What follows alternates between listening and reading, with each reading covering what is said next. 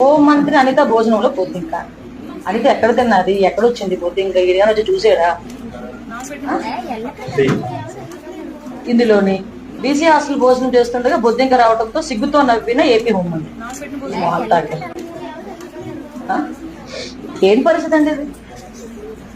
గురుకుల బాలిక హాస్టల్లో హోంమంత్రి అనిత వడ్డించిన భోజనంలో బొద్దింక. నేను వడ్డించిన భోజనం తేడా గమనించండి. దానికి విద్యా వ్యవస్థకి అంటే వీళ్ళు ఇన్ని అంటే అనిత తింటుండు అన్నంలో పురుగు ఒక్కసారికి షాక్. అసలు ఇలాంటి పదాలు చూస్తూ ఉంటే ఎవరైనా ఏమనుకుంటారంటే, నేను ఎందుకు ఈ చిన్న విషయానికి కూడా ప్రెస్ ముందుకు రావాల్సి వచ్చింది అంటే, చిన్న పామునైనా పెద్ద గరదలో కొట్టాలి.